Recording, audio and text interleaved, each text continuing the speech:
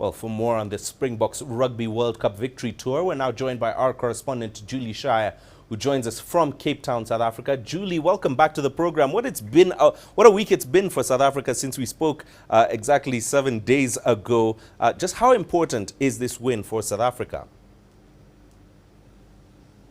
Mahir, how incredible it's been. It's been such an amazing week. Everyone is on a high. Everyone is enjoying this moment. But I think what's so important about this win, not just about the 95 win that united this nation, and then the 2007, and then 2019 and 2023, now the fourth title, it is this unity. It's the sense that the Rainbow Nation really rallies behind the Springboks, but they come together for everything. And I think most importantly, when we look at South Africa and all its hardships, especially the load shedding, the high unemployment, the high rates of crime and poverty, I think the Boks just bring everything home, and there is so much hope on the streets. And as you saw on my story, people just lined the streets and they just wanted to greet their heroes. So it has been a spectacular week here in South Africa.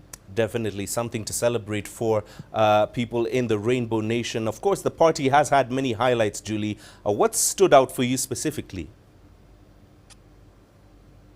I think for me, it's just been the sheer emotion of everything. People lining the streets, children, elderly, they have waited for hours for the parade to come round. They wanted to see Siya Kolisi. They wanted to see Manie Libbok.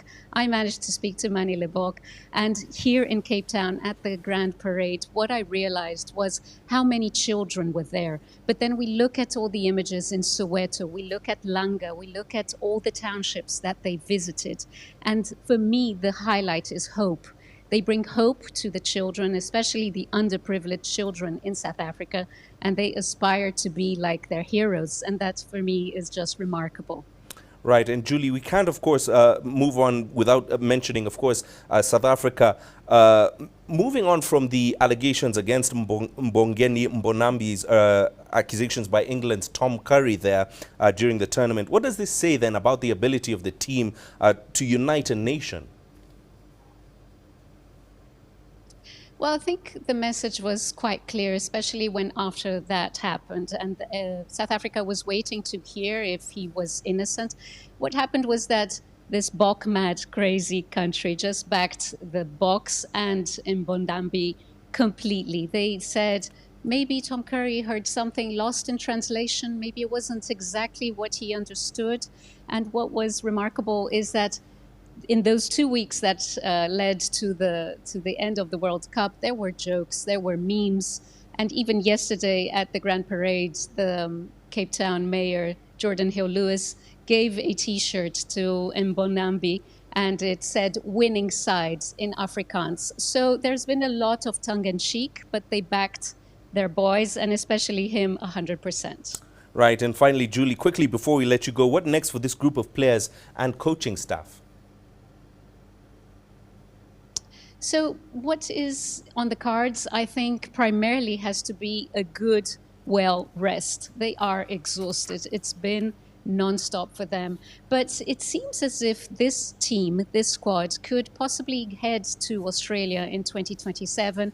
We're not sure if there'll be any changes, but we do know that one of the main changes will happen in the coaching. The head coach, Jacques Nienaber, is off to Ireland. He's going to coach there.